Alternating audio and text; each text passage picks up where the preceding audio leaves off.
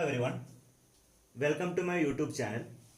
In this session, I am going to explain what are the main drawbacks of Townsend's theory.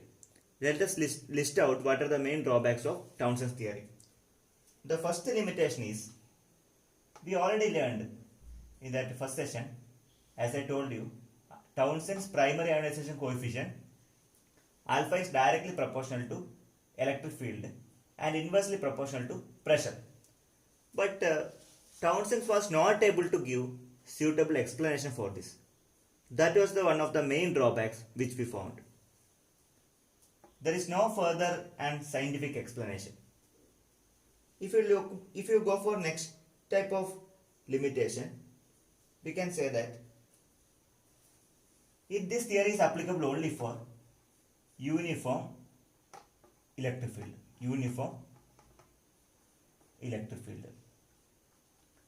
If non-uniform electric field comes into picture, this theory is getting failed.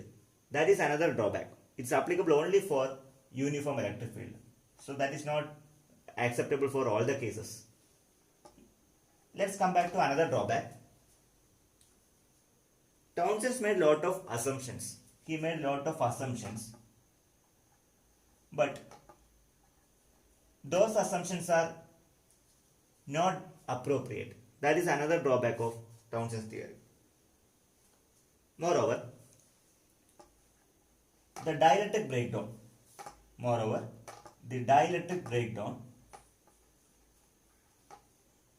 that will be generally depending on shape of electrodes.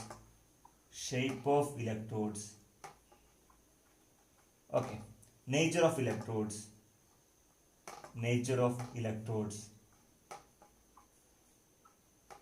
temperature, then humidity,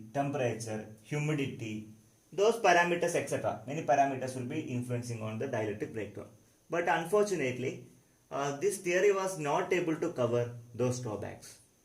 Okay, these are the few limitations regarding Townsend's theory. There are a lot of advantages.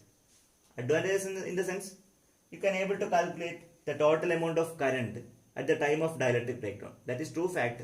But in parallel, there are a lot of drawbacks which we can identify. I would like to conclude the session.